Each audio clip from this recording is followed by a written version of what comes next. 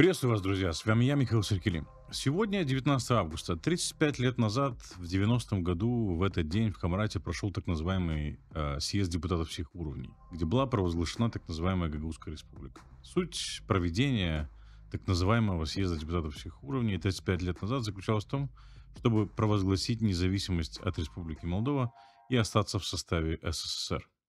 Я называю тот съезд так называемым, потому что такая форма съездов на тот момент не была предусмотрена законодательством СССР. Иными словами, с точки зрения советской законодательной системы или советского законодательства, он был незаконным, равно как и решения, принятые на нем. В самом названии декларации, принятой на том съезде, есть очень серьезные противоречия с духом того времени. И это помимо того, что сам съезд был незаконным. Народы СССР тогда искали независимость от Советского Союза, а не стремились оставаться в его составе. Потому что всем, кто знал историю и понимал ее, было совершенно очевидно, что Советский Союз не является тем местом, где может развиваться человек и тем более народ. Особенно такой малый народ, как гагаузский. И это очень сильно противоречит тому, что звучало тогда, звучало позже и звучит сегодня из уст прокремлевских политиков, в том числе и в Гагаузии, о том, что это было осознанное движение гагаузов за сохранение своей идентичности, самобытности и сохранение себя как народа. Если бы среди гагаузов тогда действительно было понимание необходимости сохранения своей культуры, языка и идентичности, то гагаузы никогда бы не повелись на эту провокацию и не стремились бы сохранить Советский Союз. Но, к сожалению, гагаузский народ под воздействием сильных эмоций, в основе которых стояли страшилки советской пропаганды об угрозе румынизации, что бы это ни значило, страшилки об угрозе возвращения румынских жандармов с нагайками, запугивание тем, что гагаузов заставить говорить на румынском языке. Именно страх перед Румынией, дикий и ничем не обоснованный с рациональной точки зрения, и боязнь потерять русский язык вывел тогда гагаузов на протесты и стал подпиткой для провозглашения так называемой Гагаузской республики. Хотя до конца неизвестно, хотел ли гагаузский народ провозглашения Гагаузской республики. Люди шли за своими политическими лидерами, а те вели их к так называемому съезду депутатов всех уровней и тем решениям, которые были приняты на том съезде. А кто вел этих политических лидеров туда, догадаться несложно. Очевидно, их вела туда Москва, которая ими управляла и манипулировала, и хотела использовать, и таки использовала страх гагаузов против движения молдавского народа за национальное возрождение. То, что весь этот съезд депутатов всех уровней в Камарате был результатом страха и провокации Москвы, говорит прежде всего тот факт, что Республика Молдова, как бы не старалась Москва приостановить обретение ею независимости, используя в том числе и гагаузов, в конечном итоге обрела свою независимость. И ничего из того, чем запугивали гагаузов в 90-м, как мы видим, за 35 лет не произошло.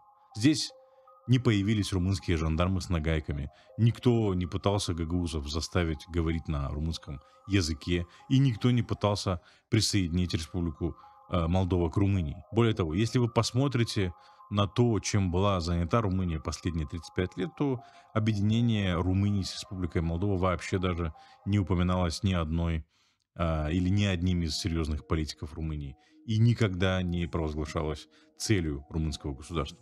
Съезд депутатов всех уровней, прошедший 35 лет назад, наверное, можно было бы оставить в истории. Но глядя на поведение гагаузских политиков сегодня, возникает такое ощущение, что нас пытаются вернуть обратно в 19 августа 90-го года. Мы слышим те же речи, те же призывы и те же жалобы на Кишинев, который якобы желает уничтожения Гагаузии, хотя ни в 90-м, ни позже мы не видели никаких действий со стороны Кишинева, которые на самом деле угрожали бы упразднением Гагаузии и даже уничтожением Гагаузской республики, когда она существовала. Кишинев более 4 лет, можно сказать, терпел существование Гагаузской республики и не пытался разрешить этот вопрос силой. Кто-то, конечно, может мне возразить и напомнить про поход волонтеров. Да, поход волонтеров был. Но Кишинев быстро понял, что это ловушка, что в вхождение волонтеров в Камрад может обернуться очень серьезной ошибкой и трагедией, и серьезным кровопролитием, и отказался от этой идеи. Поход волонтеров, как вы помните, был в самом начале периода существования так называемой Гагаузской республики. Замысел похода волонтеров был в том, чтобы предотвратить проведение выборов в органы власти так называемой Гагаузской республики. Выборы Верховного Совета, президента, примаров и местных советов. Эти выборы или те выборы проводились в соответствии с той самой декларацией, принятой на так называемом съезде депутатов всех уровней от 19 августа 1990 года. Кишинев хотел благодаря походу волонтеров предотвратить эти выборы, но поняв, к чему это может привести, отступил. Вся история существования так называемой Гагаузской республики закончилась мирным решением, принятием закона об особом правовом статусе 23 декабря 1994 года. Принятие этого закона приветствовали как в Кишиневе, так и в Камрате. И, внимание, вопрос, если бы Кишинев на самом деле был бы так негативно настроен по отношению к Камрату, он пошел бы на то, чтобы предоставить гагаузам такую широкую автономию? Вопрос, конечно, риторический, но ответ на него, мне кажется, очевиден. Кто-то может не возразить и сказать, что там, в Кишиневе, до этого была другая власть, более лояльная гагаузам, а теперь у власти находится ПАС, который якобы ненавидит гагаузов. Сторонники этой идеи даже могут в качестве примера привести приговор в отношении Гуцул и его схожесть по внешним признакам с арестом лидеров так называемой Гагаузской республики в 90-м году. Они, в принципе, очень активно используют этот пример. Даже если и попытаться найти какую-то схожесть с арестом Степана Топала в 90-м году и приговорами Евгения Гуцул в 2025-м, то это сходство будет очень сильно притянуто за уши. При всем при том, что Степан Топал тогда участвовал в явной и хорошо подготовленной провокации Москвы, он явно делал это не ради побрякушек от Шапард и Картье. Степан Топал тогда делал это ради идеи, как он ее понимал. Я предполагаю. Идея, может, оказалась не самой хорошей, не говоря о том, что это была провокация, но все же. А что касается Евгении Гуцул, то совершенно очевидно, что у нее нет никакой идеи. Главная цель, которую преследует Евгения Гуцул, состояла и состоит в том, чтобы заработать денег. И Евгения Гуцул совершала преступления в интересах организованной преступной группы.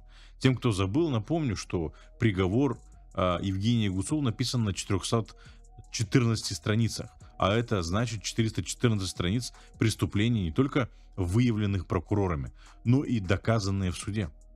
И действия Евгения Гуцул не имеют ничего общего с идеей, с политической борьбой.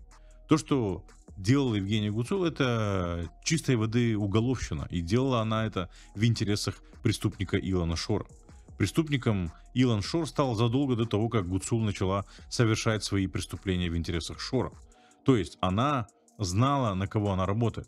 С этой точки зрения сравнение Топала с Гуцул просто неуместно. Если говорить о Степане Топал дальше, то опять же, абстрагируясь от того, что он участвовал в явной и хорошо подготовленной провокации против Республики Молдова, он тем не менее провел гагаузское сообщество через турбулентные годы так называемой Гагаузской республики и состояние конфронтации с Кишиневым к полной реинтеграции Гагаузии в Республику Молдова, в то время как появление Евгении Гуцул в гагаузской политике ознаменовало, по сути, возвращение обратно в состояние конфронтации между Камратом и Кишиневым. И так же, как и в 90-м, так и сейчас заказчиком и бенефициаром этой провокации является Москва. Что касается ПАС, которую в Гагаузии демонизировали до нельзя, и это похуже, чем демонизация румынских жандармов с нагайками, то здесь вообще не обоснованы претензии и жалобы к ПАС. Сегодня в Доме культуры, где проходило торжественное заседание по случаю 35-летия провозглашения Гагаузской республики, очень много раз прозвучало выражение гагаузов не сломить и гагаузов не поставить на колени. Ну, во-первых, кто и как пытается поставить гагаузов на колени. Пусть участники этого съезда дадут аргументированный ответ на этот вопрос. Ну а во-вторых, весь мир наблюдает за тем, как гагаузов поставили на четвереньки, и сделал это Шор за 3 копейки. Если говорить о взаимоотношении ПАС с Гагаузией, то, по моему глубокому убеждению, это единственная партия власти в Республике Молдова за 35 лет ее существования, которая целиком и полностью уважает автономный статус Гагаузии во всех смыслах этого слова. И не пытается не то чтобы вмешиваться в вопросы управления гагаузской автономией, но даже не пытается предлагать кого-либо или что-либо в качестве политического выбора. Подтверждением тому является то, что ПАС не выдвинул кандидата на выборах Башкана в 2023 году. До этого практически все политические партии, находящиеся или находившиеся у власти в Республике Молдова, не то что выдвигали, но пытались навязать Гагаузии свою политическую опцию или волю. Были времена и похуже, когда Гагаузию сначала заманивали обещаниями про русский язык как второй государственный, про федерализацию Молдовы, про вхождение Молдовы в Союз России, Беларусь, Казахстан, а когда приходили к власти, ломали Гагаузию и всех политиков через колено. С другой стороны, какое гагаузам было дело до федерализации Молдовы, русского языка и Союза России с Беларусью? Но, тем не менее, такое соглашение Воронин подписал с гагаузами и гагаузскими политиками, которые на тот момент никого не представляли, кроме самих себя. В этом соглашении были обозначены все эти обещания Воронина, что я перечислил выше, в обмен на поддержку Гагаузии партии коммунистов на парламентских выборах в 2001 году. А потом, когда Воронин пришел к власти, он сместил с должности Башкана Дмитрия Краитора, прибегнув к очень сомнительным с точки зрения закона методам. И то же самое сделал в отношении примара Камрата Константина Таушамжи. И ничего из обещанного гагаузам он, как вы понимаете, не выполнил. И никто в Гагаузе даже и не писнул. Хотя это и было то, что называется поставить на колени. И после этого гагаузы еще много лет голосовали за Воронина, который поставил их на колени, унизил и обманул, в том числе и тех, кто сегодня кричал со сцены Камрадского ДК, что гагаузов не поставить на колени. А ПАС не то что не пытается поставить гагаузов на колени, он даже не навязывает им свой выбор и свою политическую волю. Не хотите голосовать за ПАС? Ради бога, кто вам доктор? А представить себе ситуацию, где Гагаузия выигрывает дело в Конституционном суде при коммунистах, как это было при ПАС и Майя Санду недавно, так это вообще из разряда фантастики. Вся эта риторика осажденной крепости, жалобы на то, что якобы Кишинев стремится уничтожить Гагаузию, все это высосано из пальца и не имеет ничего общего с реальностью. Кишинев не делает ничего, что оправдывало бы эту риторику. И не надо опять повторять нам про приговор Гуцул. Гуцул преступница и осуждена за свои преступления. И ей еще, надеюсь, предстоит суд за вероломный и наглый захват власти в Гагаузии при помощи Шора. Но на самом деле возникает другой вопрос. А что сделала Гагаузия за эти 35 лет? Все 35 лет гагаузские политики в качестве главного политического блюда в своем меню предлагают и предлагали гагаузам конфронтацию с Кишиневым. И буквально высасывали и высасывают обоснование этой конфронтации из пальца. И наиболее агрессивно используют эту риторику по отношению к тем, кто не ущемляет права гагаузской автономии и даже не пытается это делать. Как, например, ПАС. Мы не видим попытки рефлексировать по поводу того, чем был тот самый съезд депутатов всех уровней 35 лет назад и куда двигается Гагаузия сегодня. Да, 35 лет назад, как я говорил, это была провокация, устроенная Москвой, в результате которой появилась Гагаузия. Но еще раз повторюсь, никто, несмотря на это, не пытается упразднить гагаузскую автономию. Я имею в виду тех, кто управляет страной сейчас. Казалось бы, зачем бояться постоянно того, что тебя кто-то пытается уничтожить, если такой угрозы не существует? Можно спокойно созидать, заниматься своим развитием, повышать благосостояние жителей Гагаузии, заняться, в конце концов, строительством дорог, канализации, очистных сооружений и многого другого. Но гагаузские политики, как заезженная пластинка, постоянно говорят о Кишиневе. Кишинев то, Кишинев все, Кишинев не знаю что. Дело в том, что сегодняшняя гагаузская так называемая политическая элита не может предложить гагаузскому сообществу ничего созидательного. Они даже не в состоянии принять тот единственный верный цивилизационный выбор, который сделала Республика Молдова на референдуме в 2024 году. Они даже не пытаются предложить Гагаузии какую-то программу развития, имея для этого в своем распоряжении все необходимое. Особый правовой статус, возможность привлекать легальные средства, привлекать международную поддержку и инвесторов, развиваться и идти вперед.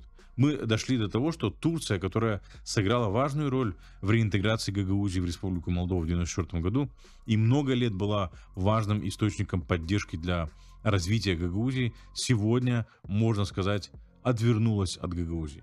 И все попытки сегодняшнего руководства автономии доказать, что это не так, что с Турцией все в порядке, выглядят очень неубедительно.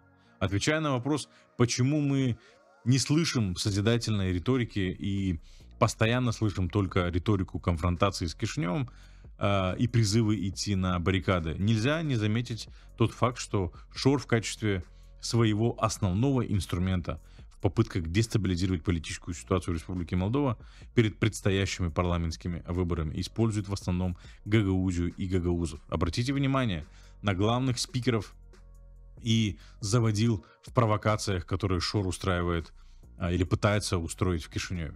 Вы там увидите Михаила Влаха, так называемого общественного деятеля Гагаузии, который сегодня получил орден Гагаузии, я так понимаю, за умение устраивать провокации против Кишинева. Вы там увидите Илью Узуна, вы там увидите Ивана Бессараба и Ивана Стамова, самых громких и агрессивных шоровских шестерок Гагаузии, которые стали главными лицами шоровских провокаций в Кишиневе. Там, конечно же, есть и не гагаузы, но гагаузов как главных горлопанов на этих провокациях и по числу участников этих провокаций существенно больше, чем жителей других регионов Республики Молдова. Гагаузов там намного больше, чем жителей того же Аргеева, например, где Шор начинал свою политическую карьеру еще в 2015 году и давно пустил корни. Если говорить о политическом контроле, то Шор контролирует и Тараклийский район не меньше, чем Гагаузию, и его сетка там тоже хорошо представлена.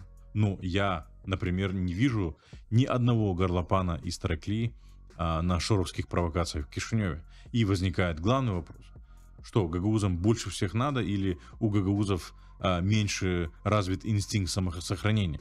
И ответ, который я нахожу, состоит в том, что, к сожалению, риторика конфронтации с Кишиневым много лет подряд является главным инструментом гагаузских политиков, который позволяет им оставаться у власти. И гагаузы к этому, к сожалению, приучены.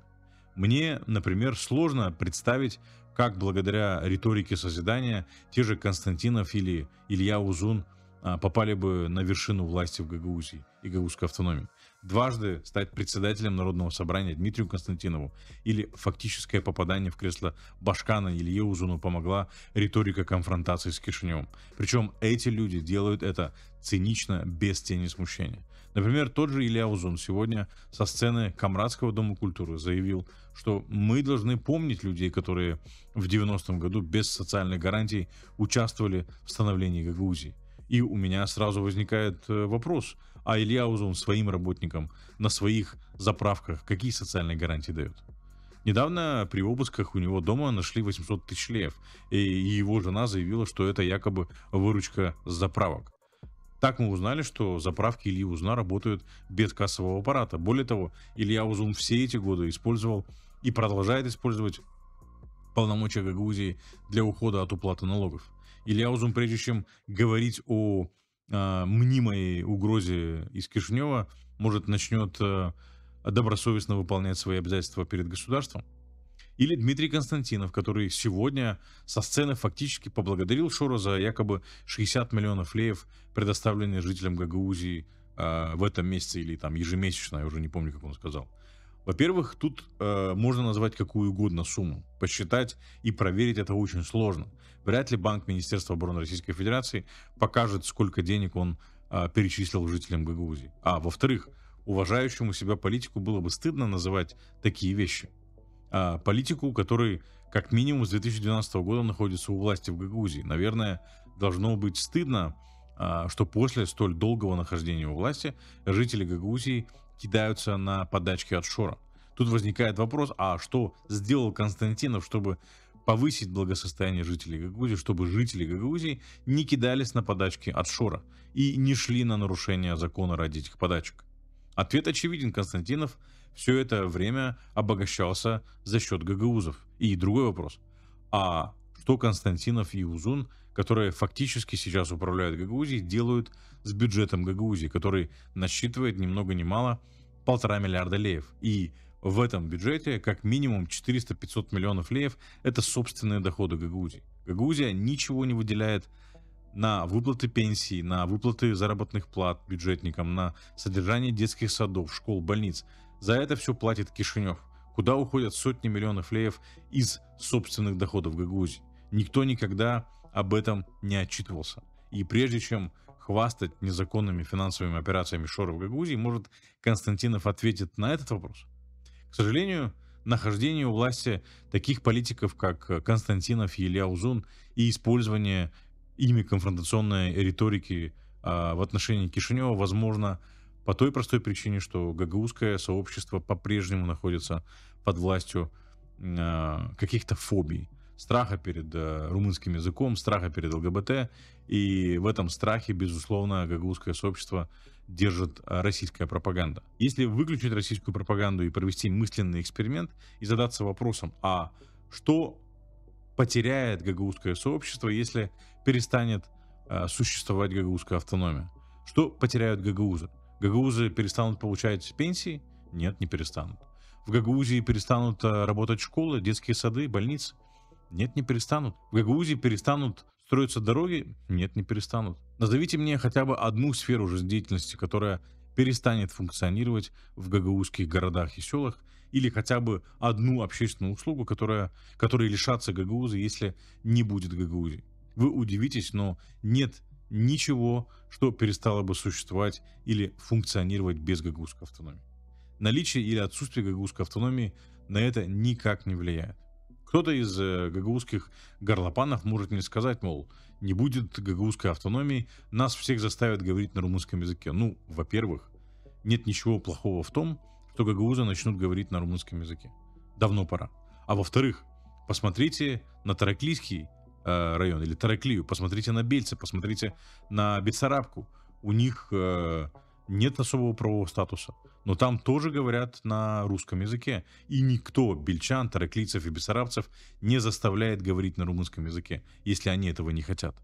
А что касается гагаузского языка, то, к сожалению, мы вынуждены констатировать, что Гагаузия за 35 лет не только не стала инструментом для развития гагаузского языка, культуры и идентичности, а наоборот, стала инструментом их подавления в пользу русского языка. И если вывод, к которому мы приходим в результате этого умственного эксперимента, состоит в том, что существование гагаузской автономии ничего в жизни гагаузов не улучшает, а наоборот является бременем, то может пора задуматься, что что-то идет не так с гагаузской автономией. Я ни в коем случае не призываю к упразднению и ликвидации гагаузской автономии. Я всего лишь призываю задуматься над тем, чтобы переосмыслить предназначение гагаузской автономии и перестать нести бред, который мы слышали сегодня со сцены Камрадского дома культуры.